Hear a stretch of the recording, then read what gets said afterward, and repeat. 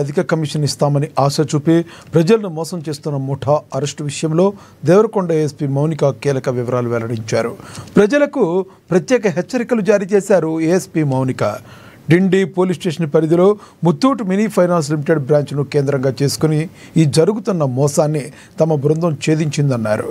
కొందరు వ్యక్తులు ముఖ్యంగా A1గా ఉన్న అంగోత్ వెంకటేష్ తమ బంగారం లోన్ ఉందని, మీరు డబ్బు కట్టి విడిపిస్తే ప్రతి ₹1,00,000 రోజుకు 3,000 వరకు కమిషన్ ఇస్తామని అమాయక ప్రజలను నమ్మించారన్నారు. ప్లాన్ ప్రకారం వారు డబ్బు కట్టించుకున్న తర్వాత మోసం చేయడం జరిగిందన్నారు.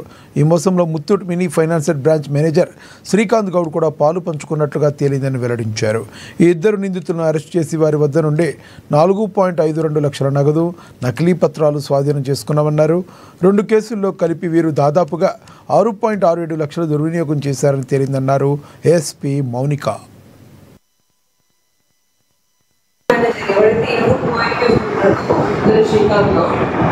ఈయన ఏమో ₹70 ఇంకా తక్కువ పడ్డాయి, అది ట్రాన్సాక్షన్ అవ్వలేదు, సర్వర్ డౌన్ ఉంది అని చెప్పి బ్యాంక్ మేనేజర్ ఇక్కడ నుంచి ఆయనకి యాప్ ద్వారా ₹1,00,000 ఆయనకి కొట్టడం, మళ్ళీ ఫోన్పే ద్వారా ₹70,000 ఆయనకి ఇవ్వడము, మిగతాది ఆయన బ్యాంక్ అకౌంట్ ట్రాన్స్ఫర్ చేయడం. ఇలా పర్ ట్రాన్సాక్షన్ ప్రతి మోసానికి 20,000 కమిషన్ బ్యాంక్